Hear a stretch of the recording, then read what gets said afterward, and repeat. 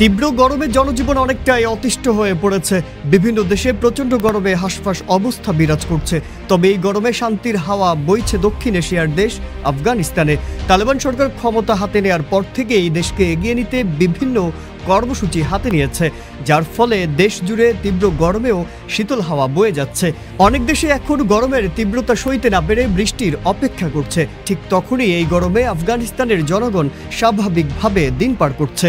এখন ওয়ালটন ফ্রিজ কিনে অনেকের মতো আপনিও হয়ে যেতে পারেন মিলেনিয়াল।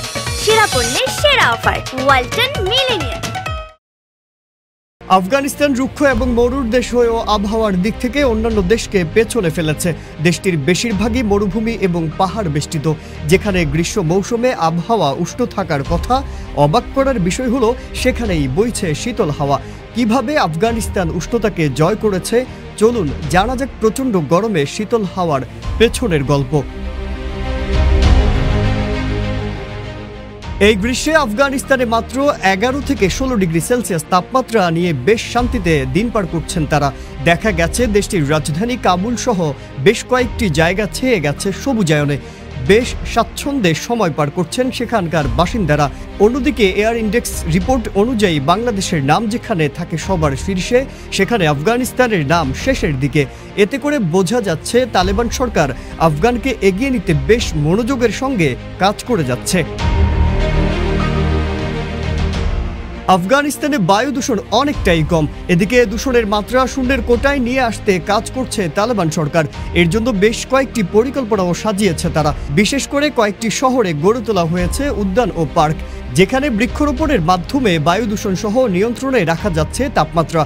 রাজধানী কাবুলে বায়ু দূষণের চাপ এড়াতে পাশেই গড়ে তোলা হচ্ছে দৃষ্টিনন্দন শহর নিউ কাবুল। রাজধানী থেকে 1.5 গুণ বড় নিউ কাবুল সিটির আয়তন। সেখানে থাকছে সুউচ্চ ভবনের সঙ্গে পর্যাপ্ত পানি সরবরাহের ব্যবস্থা সহ উদ্যান ও পার্ক। পরিকল্পনা করেই নিউ কাবুল সিটি গড়ে তুলতে চায় তালেবান সরকার।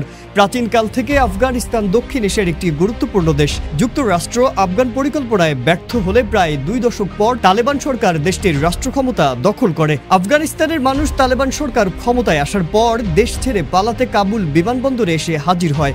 এখন সেই বিমানবন্দর কতটা পরিচ্ছন্ন তা দেখেই বোঝা যাচ্ছে। কারো মাঝে কোনো আতঙ্ক নেই। কখনো কি ভেবেছেন যুদ্ধ লেগে থাকা আফগানিস্তানে শান্তি ফিরবে? তবে ঠিক তাই হয়েছে। তালেবান সরকারের হাতেই বদলাতে শুরু করেছে আফগানিস্তান। মাজহারুল আলম, ইত্তেফাক।